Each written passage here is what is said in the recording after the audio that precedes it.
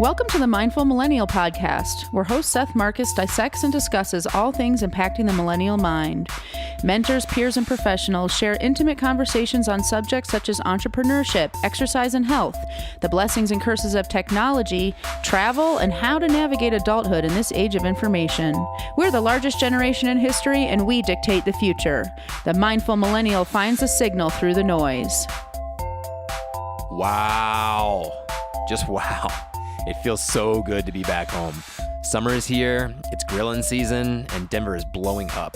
The city has grown so much since I moved here 8 years ago, but upon coming back from Europe, I'm floored by how much it's exploded in just 5 months. I guess the word is out. Colorado life is where it's at. As much as I would have liked to adjust immediately and get back into American life, it hasn't been that easy. The jet lag is real, the altitude adjustment is very real, but the toughest adjustment has been the American energy. It's not a bad thing, it's just so different than Europe. The pace of life here in the US can be overwhelming, and I think spending so long outside of it has made me hypersensitive to it. My reaction has been to reevaluate how and who I spend my time with. I mean, who are we kidding? Time is the most precious, non-renewable thing we have, and how we spend this resource literally is our life. So that has been a challenge, but also a welcome one. Overall, I miss the excitement of travel, but I'm so content to be sleeping in my bed and cooking in my own kitchen again. Today is part 2 of the Europe 2008 travel recap series on the MindMill. Brian Tirey and I continue our discussion on my months abroad while touching on the lessons learned and philosophy that comes from extended travel. We pick up right in the middle of our discussion, so please check out the previous episode to get the full story. I just couldn't bring myself to release a 3-hour podcast. It's the sole reason I rarely finish a Joe Rogan show. So I hope you enjoy the second part of the travel recap episode. It was so much fun to reflect on the trip with a close friend while it's still fresh in my mind. Brian is one of the best travel people I know, a hip-hop aficionado, successful businessman, and a great friend. I promise he will be back on the show soon. Oh, and please check out the MindMill Abroad series on the website. The 5-part blog series features my best stab at photography, along with videos and a more detailed reflection on my travel experiences. I'll be sure to attach the links in the show notes. I've already started recording new episodes and have some amazing new guests coming down the line. So stay tuned, and for now, enjoy part 2 of the travel recap episode here on the MindMill Podcast. So when it comes to drinking, I guess we didn't go over this in Spain or Morocco. Sure. What are they drinking? Are they drinking beer? Are they drinking like a specific cocktail? What's the drink of choice? Okay, so Europeans are like the marathon runners of drinking, as opposed to Americans, which are more of like the sprinters. Yeah. In America, the drinking may start at happy hour, and then you may have like a casual drink or something and call it a day. Sometimes on the weekends, you'll tie one on and you'll kind of like get drunk, right? I never really saw Europeans, and this varies from country to country, but I never really saw Europeans getting drunk. They would just kind of arrive at being drunk at some point. Yeah. In Spain is probably the easiest to discuss about because their tapas culture is so easily facilitates long-term drinking. Yep. So you wake up and you have a lot of your work day in the morning. Then around 2:30 or 3 o'clock, you meet up for your big meal, which is usually tapas or Spanish lunch. Normally there'll be La Caña, which is a small glass of beer, which will come automatically with the small dishes you would order. What kind of beer? A lager? Yeah, a light beer. Gotcha. To the point where it's so ingrained in the culture that if you order a water, they look at you funny. Wow. Europe is not a place where you get free water. You buy your water in restaurants in Europe. But the beer, and in some places the wine, is free or cheaper than the water. Interesting. So in Spain, you would have these days, this happened to me once, where tapas turned into getting a light buzz, and then that bled into maybe a quick power nap before dinner, which would be at like 10 o'clock at night. And then before you know it, it's 3 a.m. You never even really felt like, okay, we're going to start drinking now. It just kind of started to happen throughout the day. And before you know it, you're not hammered, you're just long-term drunk, you know? Yeah, just buzzed. And that's the Spanish culture. And it's kind of famous that there's days you go out for tapas and you come back at 8 a.m. You know? Yeah. So that's ingrained in the Spanish culture. And in different areas in Europe, it's similar, not quite like the Spanish, but it's more of like you just drink casually throughout the day. And it's more just accepted to be had at lunch or to even be had in the late morning and to just slowly go through it. It's normally wine or beer. I didn't see too much liquor drinking going on. It just differs from country to country. Italy's all about the wine. Germany's all about the beer. Germany also has a lot more of like the party atmosphere too. There's a lot more people getting wasted in Germany. For me, I'm not a big drinker. I'm not completely off the stuff, but I pick and choose my battles. Yeah. And I did a good job to have one really great tapas day/night in Spain. I did one night out in Lisbon.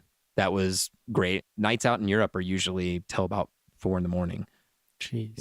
The bars kind of get going around like 12 or 1, and then it kind of shifts over into the club scene. The thing is, my next day would just be ruined. That's the whole thing. You have to commit to whether it's going to be a nocturnal or a day sort of lifestyle. Can't do both. Lisbon, fantastic. I had nothing but great things to say about Portugal. And if you are in Lisbon, make sure to check out Belém, which is where those famous pastries are, as well as an art museum that had an MC Escher exhibit when I was there that floored me, as well as a bunch of really great architecture and sights to see. Also, outside of Lisbon is a small town called Sintra, which is a beautiful kind of small village with great little cottages and small moss-covered buildings. And there's a famous palace there that was built by extremely wealthy man in the late 1800s that was early Illuminati. Wow. And you learn a ton about the Freemason Illuminati lore when you go to this place. The famous site in the Sintra area is it was an initiation tunnel that they didn't know about when the guy was alive. But after he passed away, this compound, it looks like it was built in like the 1600s, but it was actually built in the late 1800s. But the guy was so wealthy that he, excuse the interruption, our dog was having a nightmare. This extremely wealthy gentleman, he built his house in the form of a 16th century palace, like royalty. He brought in plants from all over the world. He brought in animals from all over the world. And that was their form of wealth in the late 1800s, was to have decor and artifacts from all over the world. He used to host these amazing, huge parties, but there was a secret area that no one knew about until they came in after his death. It was like a 6-story deep spiraling staircase. What? That was the initiation for new members of the Illuminati. And I don't know what the hell happened down in there or why it had to be so big or how many people were in this. There's a lot of mysteries surrounding that, obviously, if you want to go down that whole tunnel. But it was incredibly eerie and beautiful and interesting to see something on a totally different side of what you would expect in like a European tour. Oh, yeah. So that was an absolute highlight. So Sintra, Belém, Lisbon, Porto, you can't go wrong. So all these places that you're naming off, someone that's listening right now, do you have this written down somewhere or someone can check this, or what do you got? Well, a lot of people who are listening to this have also been kind of following the journey as it unfolded. And now that we're back in Denver, I'm hustling to get those last few updates finished. I took a daily journal while I was there, and I wrote some long form posts while I was out there to accompany all the photography and some of the video and stuff like that I had done. So all of the details to this, you can find them at themindmill.com, where I have this small mini series called The MindMill Abroad. And there has links to the full albums of the photography I took out there, videos of some GoPro stuff, as well as my best stab at a travel journal, if you will. So that's awesome. That's where you can find all the deets, and then there will definitely be links to that in the show notes accompanied with this episode as well. So from Portugal, then you go to France and you see your buddies walk the moon, right? I knew when I left Europe, I was like, I don't know where this is going to take me, but the 3 bucket list cities that I had to see were Paris, Berlin, and Amsterdam. I still don't quite know why. Like Paris makes a lot of sense, and Amsterdam, yeah. But Berlin, I don't know why it had to be a bucket list city, but I had heard enough about it that I knew I wanted to experience it. Well, you're a big David Hasselhoff fan, so you have to go to Berlin, right? There's a David Hasselhoff museum there that I had to frequent. So Paris, I mean, it's Paris. If you're near it, you have to see it. After leaving Portugal, which was so friendly, and hearing all about the attitude of the Parisians, I was a little trepidatious about going to Paris, but it had to happen. And I had seen on my friends' tour dates that Walk the Moon was going to be playing a date there. This is a great opportunity to just have that awesome crossing paths moment. So I decided that was the next destination. So I arrived in Paris and was immediately just bombarded with double prices for everything. First thing is like, okay, so you want a taxi ride. It's going to be 20 euros, where it was 10 in Lisbon. Everything is incredibly expensive in Paris. And I expected it. You're in travel mode. You're looking for deals. They just aren't to be had in Paris. I took that with a grain of salt. I knew that it was going to be a pricier time of the trip and that I could find my own ways to save money. The next day was the day of the show. So I went and linked up with my friends and they played a great show, this little club on the outside of Paris. That night we didn't go to the Moulin Rouge because I think it was closed that night, but we went to the club that was open right next to it. Had a fantastic time, caught up. And then the next day was an absolute highlight. I hadn't really seen too much of Paris yet. And the guys had a day off, which I didn't expect. I thought that they would be having to leave that night to get to the next location. So I ended up going out with Nick and we spent almost the entire day just wandering up and down the Seine River, or is it Seine? I don't know how to pronounce it, but the main river that goes through Paris. And if you've been there, most of the touristy spots, the famous buildings, the Eiffel Tower, the Louvre, Notre Dame, they're all very close to this river. So we must have walked 10 kilometers or more that day, just go. And we walked through the grounds around the Louvre. We just chatted and we hadn't had a catch up like that, I think, since high school when we met. Their career has been incredibly awe-inspiring and their schedules are so insanely busy. It was so nice to have a more intimate time to hang out with a close friend in a foreign land that's as beautiful as Paris and just take it in. Yeah, you don't get that often these days. I went to go see Fish at Baker's Dozen up in New York City, and I went with two of my buddies who I've been seeing Fish with forever. Whenever we see each other, it's usually around a holiday or something like that, or they come in and it's like, let's hurry up and have some quality time. Now we were going to go see Fish, and so we had the night already planned out, but during the day, we would just go around New York City, and it would just be me and my buddies just hanging out, catching up, talking about life. And that's what I find is so important that a lot of people miss out on in our age of people that we grew up with or that we're really close with, is that you kind of miss out on that when you hurry up and try and see them here, try and see them there. But it's good to just have some time to kind of let the conversation actually breathe. Adults in general, right? Yeah. As you reach adulthood, it just gets harder and harder to have quality time with the people you care about. Uninterrupted time that doesn't involve multiple people or new acquaintances or people's kids, pets, obligations, phones. I mean, we live in this world of crazy distraction, which is one of the reasons why I love this podcast scenario so much, is that there isn't a phone in this room right now. And despite me having roommates and dogs that will inevitably come by and maybe interrupt the conversation for a second, it's just me and you right now, man. And I love having these chances to genuinely connect with other humans, which is why I'm really excited to get this podcast started and then start getting the ball rolling with the future episodes. I got so many good people coming up that I'm stoked to get on the show. Awesome. I'm excited. You were like my first fan, man. So I'm I doing it love for you, the buddy. podcast. I'm doing it for you. Yeah. You got to keep up in your game, man. You've had some pretty good guests on for sure. So you're talking about Paris. So and then you and your buddy took that big long walk. You got some time to hang out. Connected on a great level. Hopefully we'll see each other again. I think they're coming through Denver in a few months. Then they had to hit the road, more tour dates, and I had Paris to myself again. So the next few days, I was back in photography mode. My standard alone day would be me and my photography backpack, my work bag, camera in hand. I would have one earbud in, listening to either podcast or a book on tape, an Audible. And I specifically did one earbud in, one earbud out, because one of my least favorite trends in society right now is headphone in culture. You go to New York, everyone has got headphones on, and it's just so uninviting. And it's the same with people staring into their phones. Absolutely. You're on the subway, somehow looking at a book or looking at a journal or a newspaper is so much more inviting than someone staring at a screen or having their headphones in. I didn't want to shut myself off from the genuine experience. It's so funny that you say this, because I actually travel a lot for my work, and I love going into a bar and sitting at a bar and striking up a conversation with the person next to me. Yeah.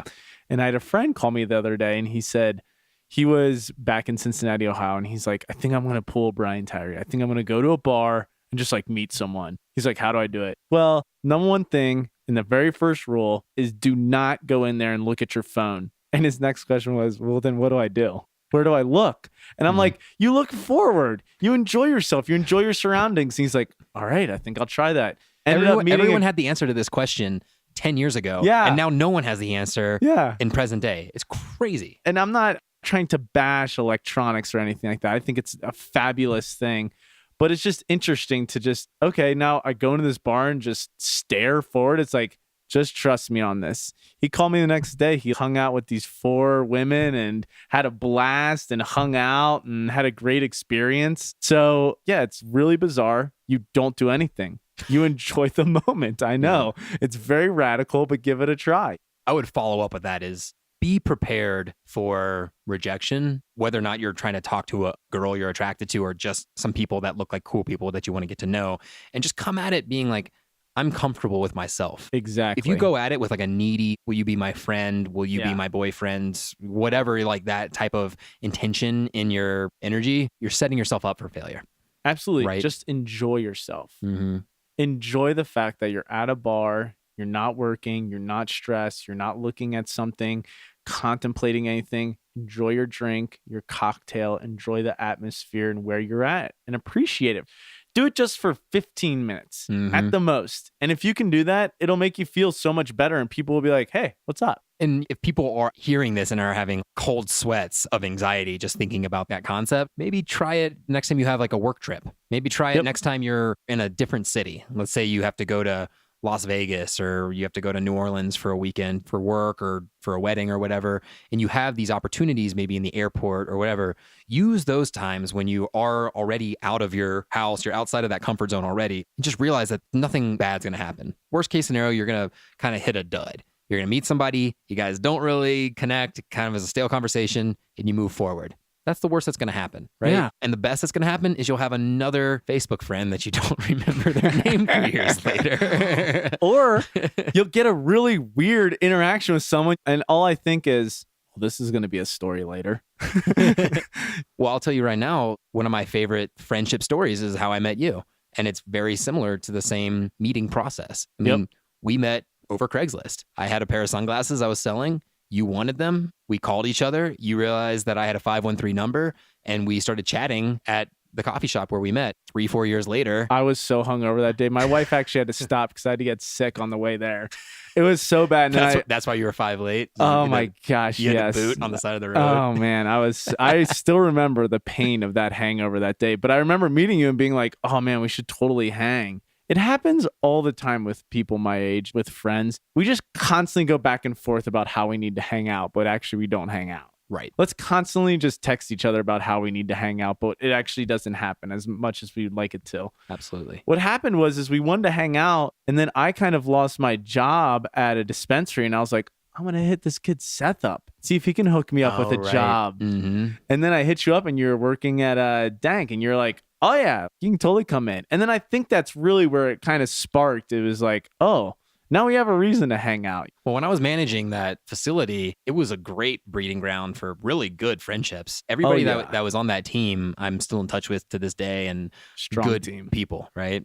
Absolutely. But I digress. The point being, if you're not open and receptive to those types of opportunities, then they'll come and slip right by and you won't even see them as an opportunity. Yep. And that's what happens when you are waiting to meet a friend at a bar or in a waiting room, and instead you pull out your phone and you just kind of shut yourself off to any sort of human interaction. And then you wonder why you're lonely or why you don't have good relationships. Yeah, well, you're not connecting with people. Yeah. You're like, man, I need to make some new friends, or I really want to get involved in this, that, or the other, but you're not opening up your receptive doors, if you will, when you use your phone as a vice or when you just shut yourself off. Mm-hmm. You don't give yourself a little bit of wiggle room to just chat and maybe be silly. You know? Absolutely. It's an open invitation to someone. So, Paris. Yes, Paris. Paris was wonderful. How long were you there? About a week. Oh, okay. In order to save money, I chose to spend money on the Louvre. Everything else I saw from a distance. I went under the Arc de Triomphe, but I didn't go up to the top of the Arc de Triomphe. I went to Sacré-Cœur and saw the sunset over Paris. Beautiful view, but I did not pay to go into the chapel itself. Like, how much would that be? I don't know. I mean, 10, 15 euro. Gotcha. I think it's like 20 to go to Eiffel Tower. But Here's the thing about the Eiffel Tower is, who are we kidding? People want photo opportunities, right? Oh. And in Paris, you want photo opportunities. What do you want a photo of? The Eiffel Tower. Absolutely. Right? It's got to be in the photo if you want to be like, I'm in Paris. You can't get a photo of the Eiffel Tower when you're on the Eiffel Tower. Yeah. So true story. So I walked all around the grounds surrounding it. I found a number of wonderful vantage points that I could take photos of the cityscape, walked along the river. Notre Dame was just amazing. The little bistros, little boutique areas. I went into a photography studio that had all sorts of rare prints of the Stones back when they were recording Let It Bleed, and some Springsteen, some old Steve McQueen shots that I had never seen before. They just had this gallery that was impeccable, and it was like $13,000 for a large frame print or something. It was totally out of my price range, but I still enjoyed talking music and photography with the owners. Went through the famous shopping district, and I had a piece of French cheese that I had bought at the market a day before, and I wanted to have a snack. I'd been walking all day, which is something you do in Paris. It's a big city, and you just keep going. It's like New York. So I went into this extremely fancy bakery that was wedged between the Tom Ford and Dior store on this famous area of Paris. And I walk in and I order a mini baguette, which was 70 cents behind the counter. And she kind of like in a snooty way gives me my baguette, and I sit down at the bar. It's 3:30 in the afternoon. There's nobody else at this little bar, and there's maybe 2 tables in the back that are being used of maybe 20 tables back there. I busted out. I have my water on the bar, and I get out my piece of cheese. I'm cutting the bread open. I'm just going to make a little, the way the French do. Yeah. Bread and cheese is the best in the world. I start doing it, and she comes up to me and she's like, "Excuse me, you ordered this piece and those pieces are for takeaway only." And I'm like, "I was just going to finish this glass of water and make this bread and I can go." And she's like, "If you order for takeaway, it must be for takeaway." And I quickly realized that this lady was being incredibly rude and snooty about her position in this fancy schmancy area of Paris, and was kicking me out of an empty bakery just because that was the way of the Parisian. I don't quite know. So that to me was that little taste of the French rudeness. Did she think you were being rude? I think the way that I responded could have been portrayed as rude. I think that they have a policy where they're not supposed to let a bunch of people just in to hang out or whatever. Because that's what I think. But I mean, there's discretion, and she was being lame. Oh, absolutely. She was being lame, man. But do you think that there's certain things that we think are not a big deal that they think are huge deals? That's always valid. That's what I think it is. After all of this time traveling, I'm not going to write it off. I wasn't incredibly rude to come in there with my bottle of water and to order less than €1 worth of food and then sit down and eat this bread. Maybe that was incredibly rude. Maybe that's so against French custom that I was totally in the wrong. That's the thing. I think the they way have this. She said it. Oh, absolutely. With this like little feeling of enjoyment. She really kind of enjoyed nixing me out of her bakery or whatever. For sure. Just gave me this little taste of like that stereotype of the Parisian culture of how they don't want to speak English to you because you're in Paris. Was she and you should be speaking French. English to you? She spoke English to me, but there is definitely an expectation that you should be able to manage your way through French, which... And here's the thing. cannot I'm not do. trying to defend her, because I'll tell you what, in that situation, my blood would have boiled. My blood would have boiled. Just would have happened. I'd have been like, why is this person being so rude to me right now? But I just think, like you're saying, it's just in their culture. I don't want to beat a dead horse, but it just went back to me catching my breath. Yeah. I was like, I could say really rude things. I had all the knock little... her my glass of water. I had all of the bad options running through my head. Oh, yeah. I decided to just leave. And I walked a half block down the street, and we're in Europe, gorgeous church right there with a bench. I sat there and I enjoyed the view of the church. There was like a little like bake sale going on over there. I was like, I should have bought my bread here. And that was it. And it was perfectly fine. So I spent most of my days like that in Paris. I would just kind of pick an area of the city, take the tram there and go off. I would take as many photos as I possibly could. I was just destroying audiobooks. I just was listening to them all day, every day. And it was just the best way I could have spent that time. So after your week in Paris, what happened then? Well, originally my plan was to explore more of France. I had wanted to see the south of France, Nice, Monaco, Cannes, that whole area. But the weather was really bad when I was near Barcelona earlier in my trip. And this time the French were on a travel strike. Almost the entire country was shutting down and canceling trains, buses, everything. So I was in a tight spot. I couldn't really get out of Paris for less than like astronomical prices. I mean, it was more expensive for me to take a bus down to Nice than it would be for me to just fly somewhere else. So I was like, you know what? It's been real, but it's time to get out of France. So at that point, I didn't know where to go. It was March. I didn't know if I wanted to go north and deal with the continuing winter of Northern Europe or head back south, right? I was just looking for flights and I saw €50 flight to Rome. Okay, Italy, let's do it. I had always thought that Italy may or may not make the list because it's such a big country with so much culture and so much to see and do. I just figured I would come back and just do Italy sometime, maybe with like a girlfriend or my wife or whatever. It's like that romantic country that you would do that. So, but I was like, okay, let's make it happen, man. So I guess the story's going to come out. I had the most uncomfortable flight of my life from Paris to Rome. And it had nothing to do with the seat. It had everything to do with drunken French man that didn't speak any English that attempted to come on to me and pretty much molest me during the entire flight. And I bring that up for a number of reasons. One, I can look back on it and laugh about it now. It was very uncomfortable. And I think that the biggest takeaway from it is I left that flight with such a heightened respect for what women must go through all the time. Every day. And while I maintain to this day that I am not a creep, I do not like the kind of creepy until proven innocent sort of mentality that a lot of women take on with men who ask them out. There are a lot of creeps out there. And I can now say firsthand that it is a terrible experience to be cornered on a plane. I can't go anywhere else. It started with me sitting in the middle seat and then no one sitting in the window seat. So I slid over. So we had a gap. He didn't speak any English. There was no communication other than just like smiles and the gentle acknowledge your neighbor for the flight sort of thing. So we got on this flight and I put on a downloaded Netflix documentary on John Coltrane. I was watching it. And the reason I bring it up is because he started leaning over to watch what was on my phone. Okay, I thought that was a little strange. In America, you don't watch other people's TV shows on the plane. Yeah.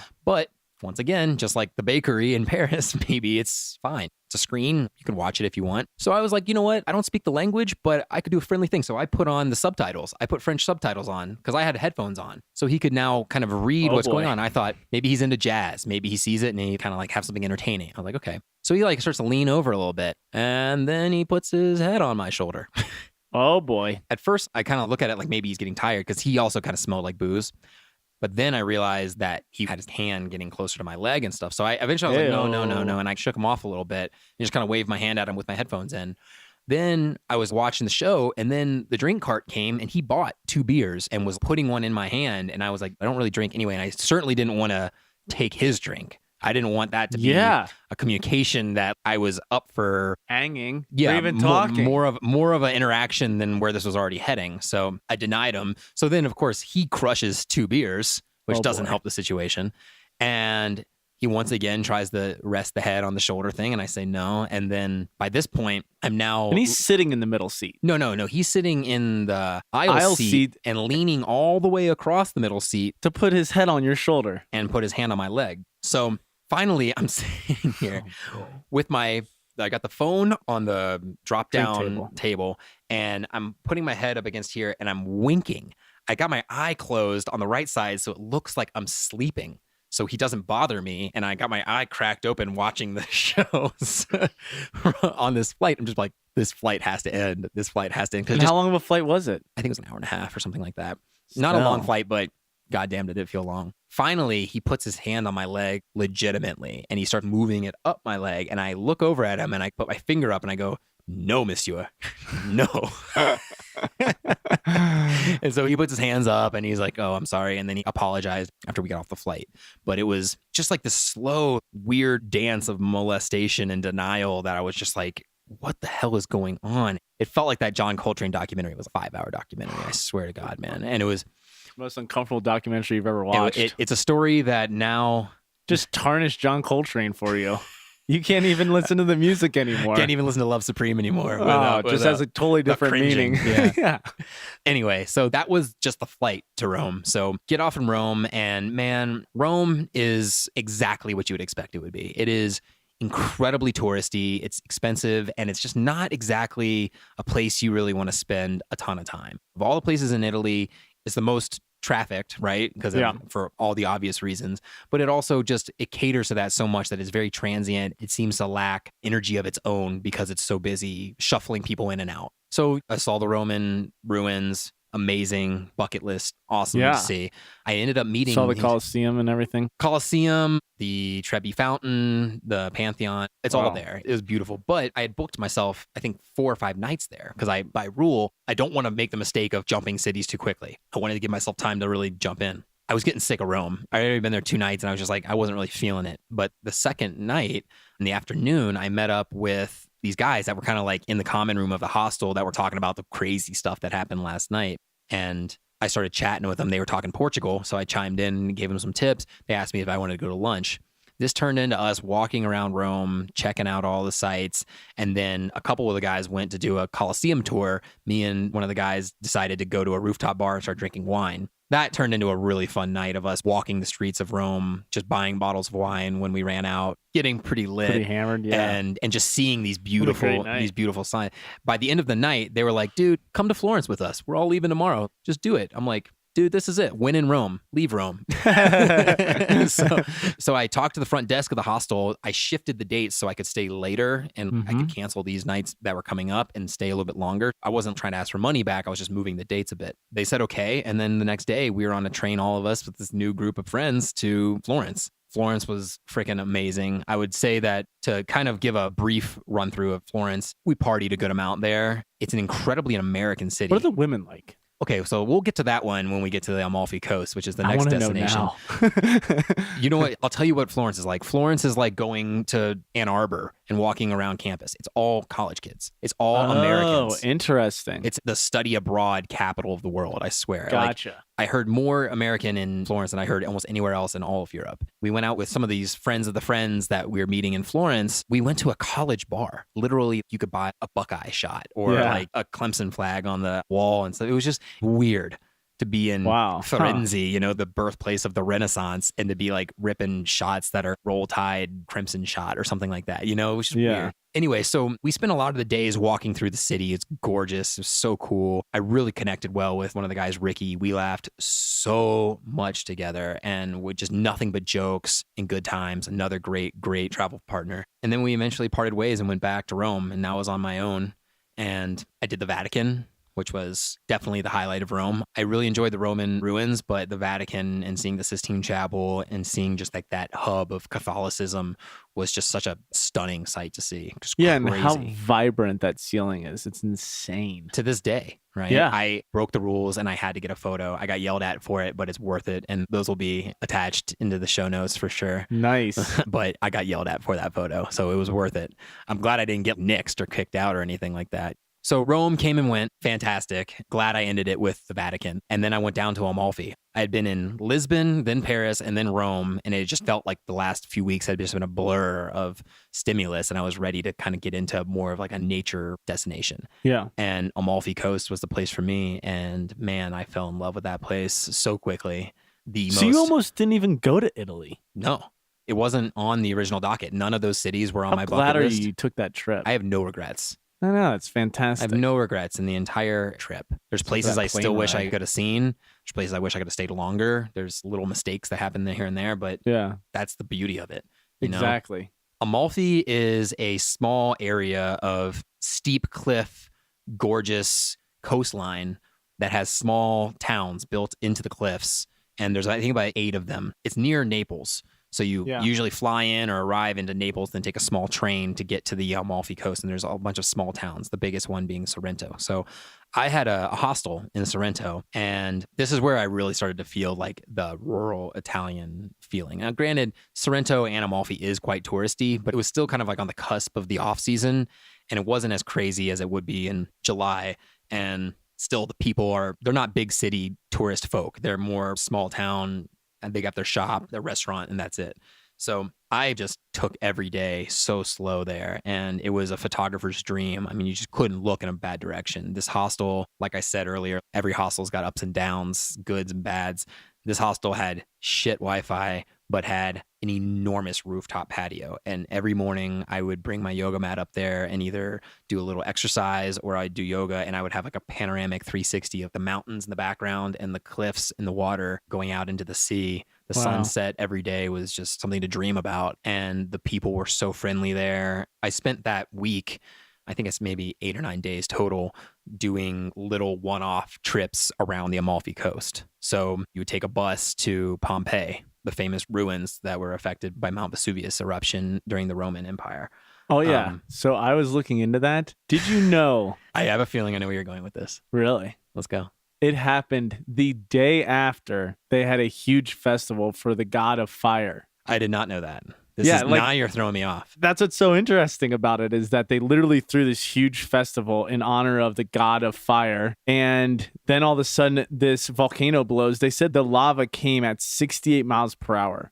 and it buried 20 feet deep with ash. It's striking to see it in real life and to hear the story and to see the illustration of the story, if you will. Well, they didn't even have a word for volcano. They didn't even know what was going on. No. The god of fire, his name is Vulcan. That's where the word volcano comes from, because they didn't even know what to call it at the time. They're like, what is this thing? Brian, I love that you did these little due diligence. Well, I looked into it and I was like, this is fascinating. I find awesome. that fascinating. The funniest part about it is you got to think they threw this huge party. The caterer has to be like blaming themselves, right? Or the person that put on the party. Like, wow, I didn't do this right. Yeesh. Obviously, the god is very angry. It's burying everyone. Well, where I thought you were heading with this is that Pompeii was kind of like a hedonistic, wealthy sex retreat city for the Romans. It was a very wealthy town, and they were known for their famous brothel. So there are engraved dicks, literally like a dick and balls, just how like a teenager would draw them on a wall, right? Yeah. Like today, they had them engraved and they would point towards the brothels all over the city. You'll see one in the sidewalk. It's almost like a right turn signal, except it's a cock and balls and it's pointing you towards the brothels. So that's where I thought you were heading with it. And so to see it, it's a large complex. And I'm glad I went and saw it because I heard that they're going to start shutting more and more places down because it's starting to get more degraded by tourists than it was by natural erosion. And obviously, well, maybe not so obvious to people who aren't music nerds, but that's where Pink Floyd famously recorded their Live in Pompeii record. Yeah. And I did have a nerded out moment where I sat in the famous amphitheater where they shot there and listened to echoes where they played it. I listened to the whole 20-minute track and just sat there with a big freaking nerdy grin on my face, just feeling all the vibes.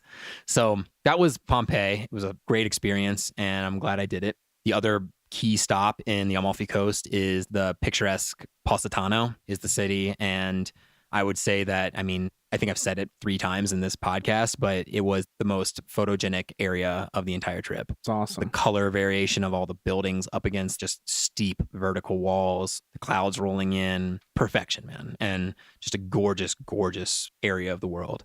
And then the final destination in that area that I went to is the small island of Capri, which is basically just an extension of the Amalfi Coast, but it's an island.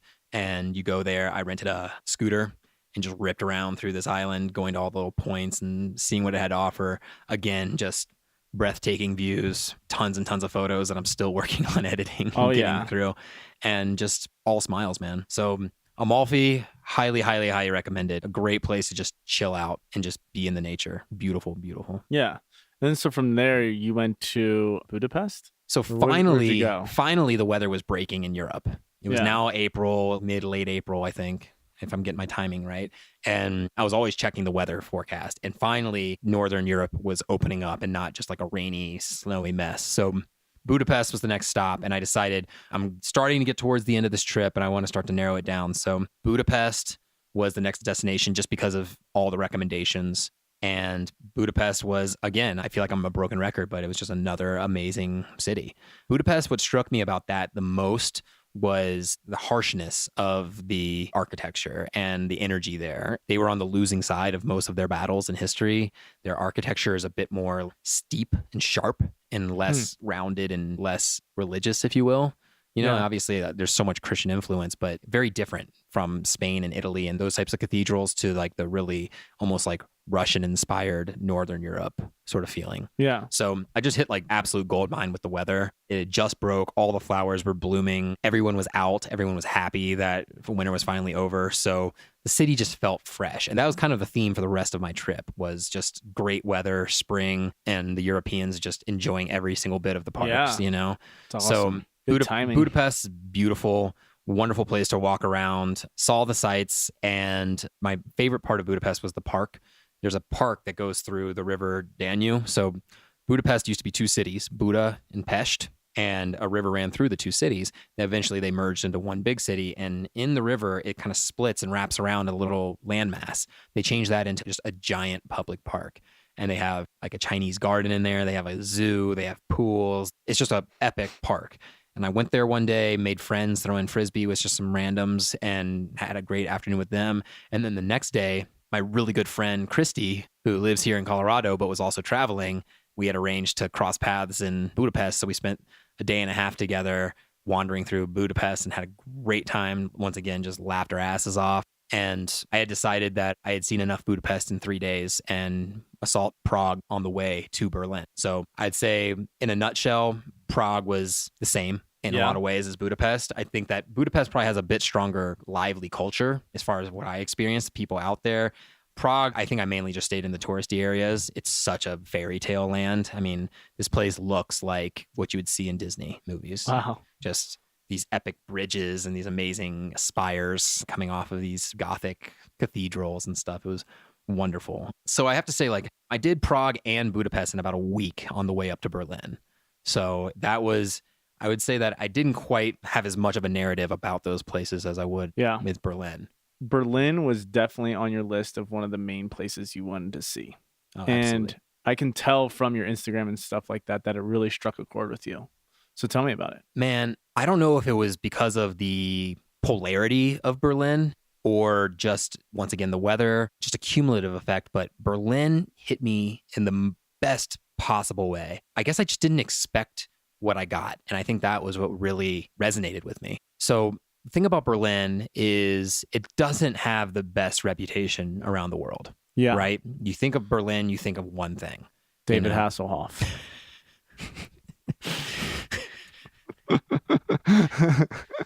That man, his time has come and gone, and it's kind of a dated city because Hasselhoff no longer rules the German countryside. No, for real though, I arrived in Berlin, and Berlin doesn't have the Sagrada Familia. It doesn't have the Eiffel Tower. It doesn't have the Colosseum. It's a newer city because in the last 100 years, it's been divided. It's been destroyed. It's been rebuilt. It's gone through endless chaos and political unrest.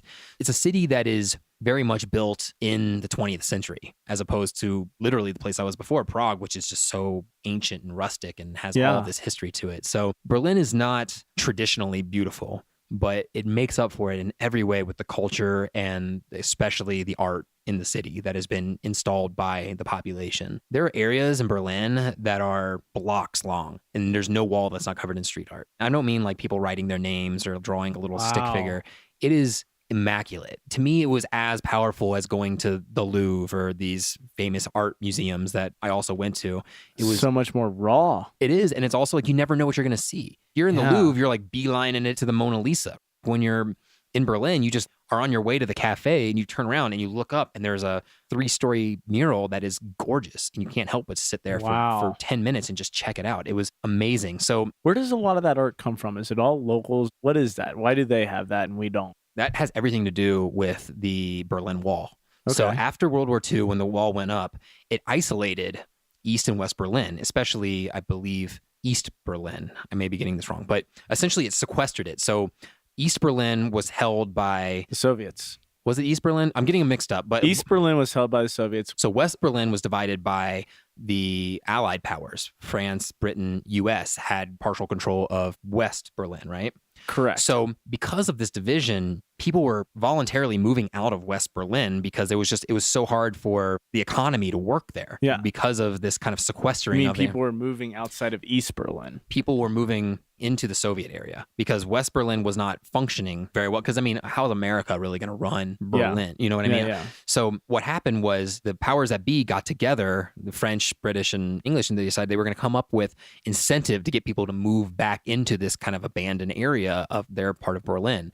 So what they did is they created all of these legal incentives. They would help you move. They would offer tax benefits if you opened a business there. All these things to get people to go there, but it required that you had to be a small business. You had to take some chances. You had to be kind of progressive and malleable, right? You had to be ready to change things up. And so what did that attract was like young, artistic people that were looking for a new change. They wanted to get out of the Soviet feel and they wanted to get into something new. So they moved into this whole area, and this happened to be in the mid 60s.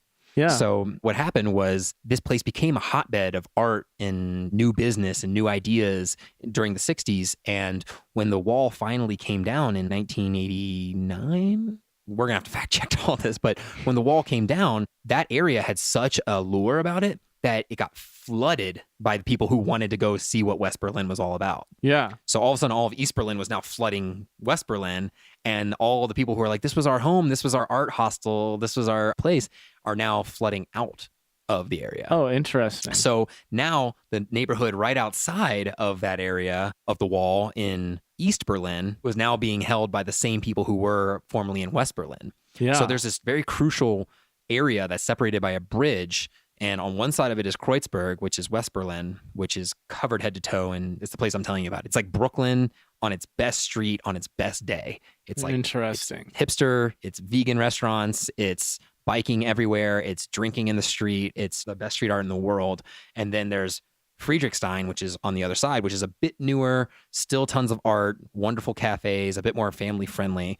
And these are these two areas that are just, in my opinion, those areas just grabbed me so hard as a perfect place that I would love to live one day. Yeah. So that is kind of the history behind that area. But I think that because of all of that art and hostility and the history behind it, it's attracted some of the best street artists from all over the world.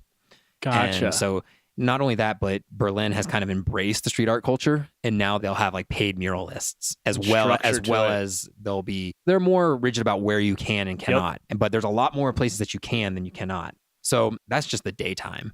In the nighttime, that place, it's the dance music capital of the world. Yeah. The Berlin club scene, and I hate clubs, and the Berlin club scene struck me like no other place in the world. It changed my musical opinions, which I didn't think could happen at my age. Wow, Seth Marcus changing his musical opinions. I didn't think it could ever happen.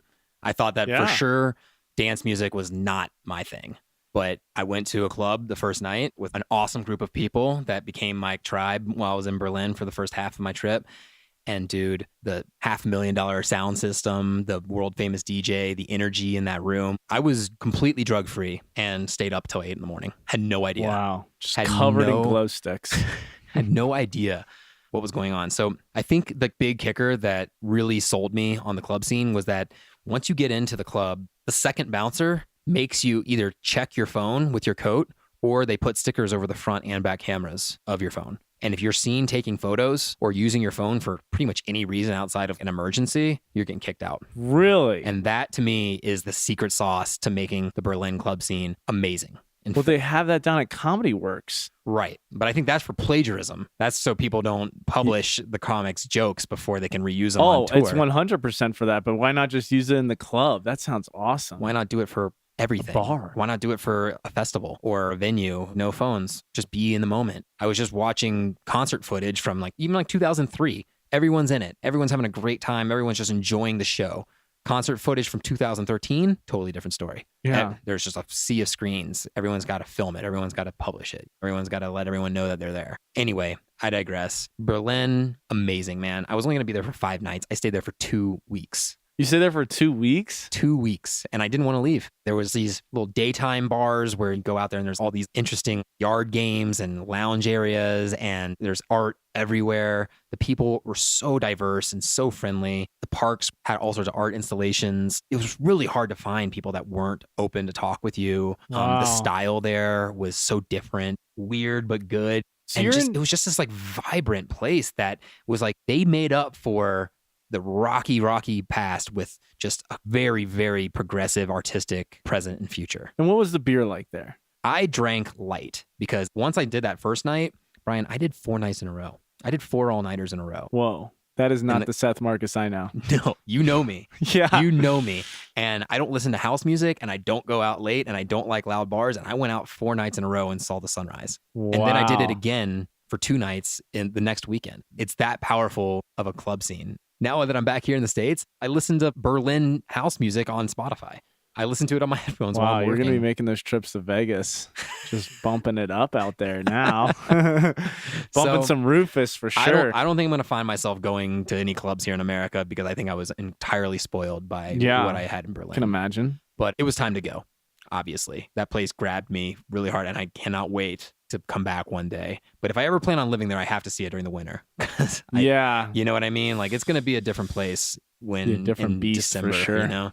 So Berlin, man, I love that place. I met some amazing folks there, but I had one last bucket list on my trip, and I had about a week left in my journey. Amsterdam, right? Amsterdam. And I have mixed feelings on Amsterdam. It's a beautiful, beautiful place.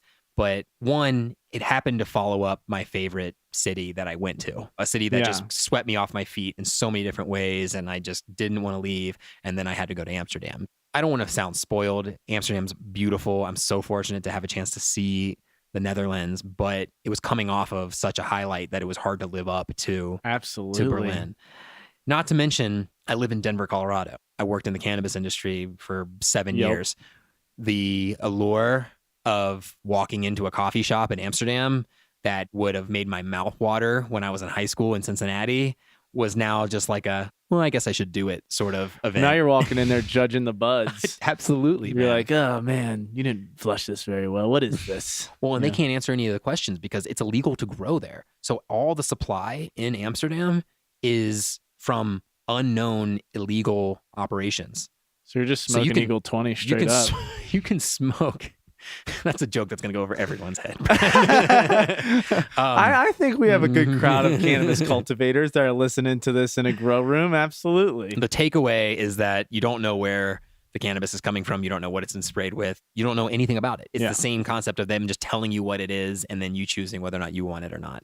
So I had a really good conversation with one of the guys who worked there. They call them dealers. We call them bud tenders, but they just go by dealer, which is so sketchy. Nice. So I had a conversation with him and we really hit it off, man. We just were chatting Denver versus Amsterdam. Great conversation to have. Saw the red light, whatever. And then I figured I would spend my time, I would get the sights out of the way and then get into the better parts of Amsterdam. Just like anything, you got to get through that skin. The museum that and it's hard to say because I mean, Dali, MC Escher, the Louvre, Banksy, all these different places, things that I saw, the street art in Berlin, but Van Gogh, that museum, man, I posted a photo about it. I knew that you'd see the self-portraits and you'd see the famous yellow flower painting and all of his masterpieces. And they're always so much more stunning in person. But his palette, man, I just didn't think they would have. They'd caught me off guard. And I sat there I must have been 15, 20 minutes just sitting there. The thickness of the paint on the palette, the crazy mixtures of the colors in certain areas. It was just, he struggled with mental illness. And you learn his story as you go through this museum and his struggle and his art. And just, it's an amazing story that's accompanied by just phenomenal work. And to see his palette, that was just his workbench. That was his guitar. That was where he got the work done. There was more thought and creativity and anger and happiness on this one piece of wood that equaled the entire gallery that was around me. It's a very interesting perspective. It just reminded me in such a real way that art takes time and art takes patience. And even more so in a traveler sense, it's like, how many times do you read a book and you're just sitting there waiting for the book to be over? You're reading a page and you're like, I want this to be over. Mm-hmm. And you don't recognize that it's about reading the book. It's not about the last page, right? Yep. And it's the same in art. It's the same in music. It's the same in business, right? We get so goal-oriented here in America and just in capitalistic society. We want results. We want it to be over. We want to check it off the list. To recognize that the journey is the destination, it just hit me so hard when I was sitting there. You have to love the journey. Watching that, just seeing that palette and seeing all the history and the oil stain where he would put his hand through the little hole, like seeing how worn that was from just days and hours and hours and hours of him just dedicating to his art. So yeah, that's kind of like, I've been dealing with this neck issue. I used to work in grows with you. Now I work at a desk as a salesman and I've had these issues with my neck, right? I've been on this journey to figure out what it is. And throughout this journey, I've learned to actually start to love the pain and make it a friend. Because what this pain has done for me, it's taken me to different places. I went and saw a chiropractor. I went and got acupuncture. I would have never got acupuncture before, but it's taken me to those places, right? It's taken me to those things. It's introduced me to people. And it's also made me have a huge appreciation for any time someone says that they have chronic pain. When you have chronic pain, it's completely different from any other pain that you have. It's like this bully that just shows up every now and then and beats you up and takes your lunch money and affects your life. I have trips, I have things, weddings and seeing friends and things of that nature where like I would go to bed at night and be like, I don't know if I'm going to wake up with this pain and just wreck my day. Yeah. And it's very easy to be frustrated at that sort of thing. Just want it to be over, right? You want it to be over. But I've learned to really love the journey that this thing has brought me on. And the other thing is that it brings me into mindfulness. Every day I'm always checking, all right, am I stressed out? Am I holding my body in the right way? How's your posture? Exactly. Yeah. And when you're talking about this palette that he had, it really brings true that the art is the grind. That's the whole entire thing about the art is the grind that he found. And you can't get the result without the struggle. Absolutely not. And the fact is that he had this mental issue. And because he had this mental issue, this palette of paint was his home. It's where he relished. It's where he got his inspiration. It's what he used to be able to probably soothe that inside of himself. Absolutely, man. And I think if you were to ask him or any historian if they would go back in time and erase this mental thing that he'd struggled with, he would have said absolutely not. Because all this art and everything that is brought out in him through this mental disability has been gorgeous. Yeah, man, you nailed it. And sometimes it takes little reminders like that, like a neck injury to bring you to acupuncture or into yoga or into Alexander technique of better posture throughout the day. And just like the MindMill, this project has taught me indirectly photography. It's taught me conversation skills, audio editing, WordPress, stepping way out of my comfort zone on every level, taking total leaps to put out a product that I'm learning this thing as we go. And it's a grind. And it's a fucking grind. That's the thing. People listen to this, they're like, oh, cool. They're just probably hanging out, having a couple beers or something like that. This is the funnest part.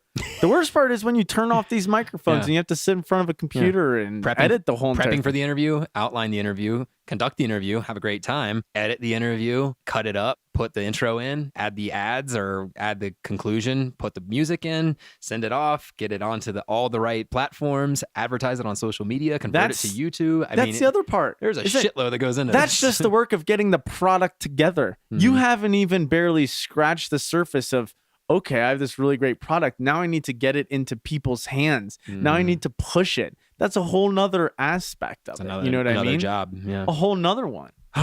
Brian, we've been at this for a while, brother. Yeah, it's been great. It's been great. I'm so glad. I specifically have been holding back a lot of these stories just so that they're potent for you right now. And I'm glad that we dove right into it, man. So let's get on the tail end of this thing. You've given me so much time and I really, really appreciate it. This has been an honor to be on the MindMill, man. I'm a huge fan of the podcast. So thanks, brother. And I know he's already spread the word, and I'm gonna make a big plea here in the next few weeks after these come out to just start to share this with your friends. I mean, I feel like I've been kind of off the map literally for a while, and I'm back, and I cannot wait for all the new products that are going to come out, new episodes, photographs, new content, new connections. There's a lot coming down the line for the show, but I wanted to finish on my last day in Amsterdam. Let's hear about it. I did not want to spend any more time in touristy central Amsterdam. I had ventured out a little bit outside, and I had seen the really cool, chill, hang out by the canals, have a nice meal, maybe smoke a little weed in Amsterdam. I had that experience.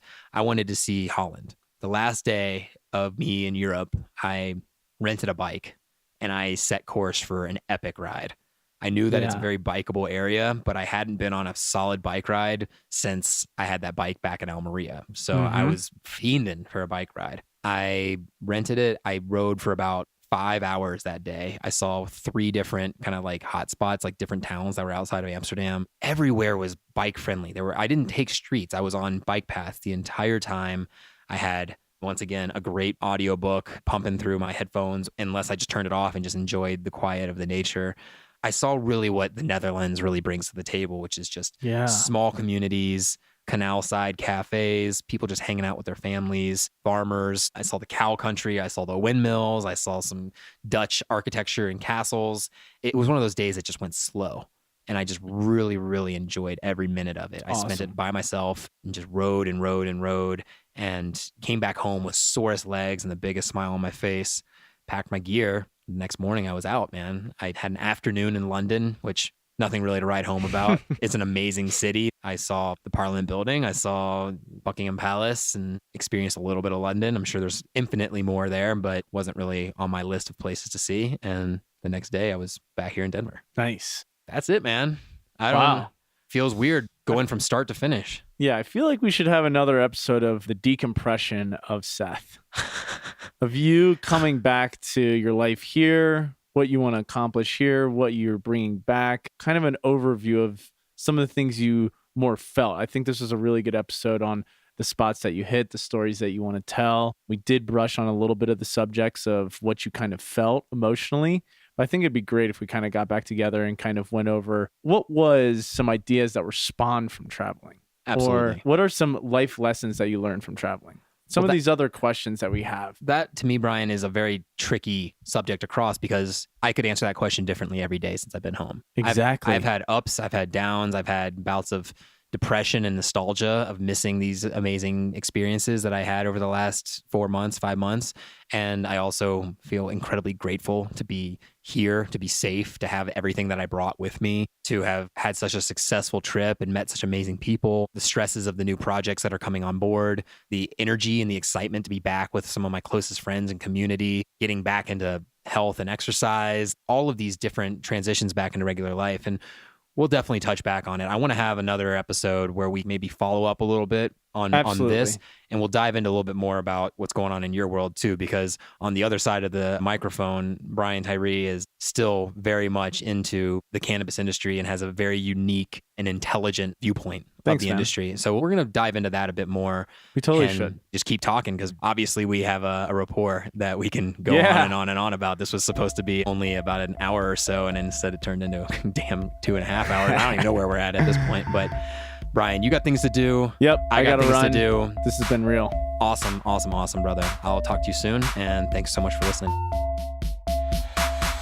Hey, everyone. Thanks so much for listening to the Mindful Millennial Podcast. If you loved this episode, check out some of the other MindMill episodes. They're all free and available at themindmill.com and on all the major podcast platforms. Also, please take a second and leave a rating and review on Apple Podcasts. It's incredibly easy, and it really is the best way to help the show. Stay tuned for more MindMill episodes coming down the line. I'll keep them interesting for you, I promise. Take it easy.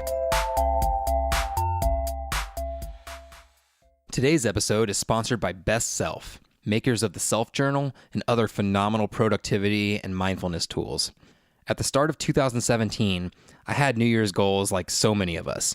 However, having just turned 30, I wanted something different. I wanted to actually achieve my goals, not kick ass in January, followed by the quick decline back to where I started, which inherently feels worse than when I started. I decided writing my goals and recording my progress is the best way to stay the course. I had always wanted to journal regularly, but like many of us, the phobia of the blank page was enough to keep me kicking the can down the road. The self-journal was different, however. Unlike a traditional journal, the self-journal is a 13-week goal-oriented planner journal. It's designed to teach the user to set a tangible goal, break it down into achievable tasks, and work every day towards completion. The journal also includes areas for gratitude and reflection, plus notes and scheduling.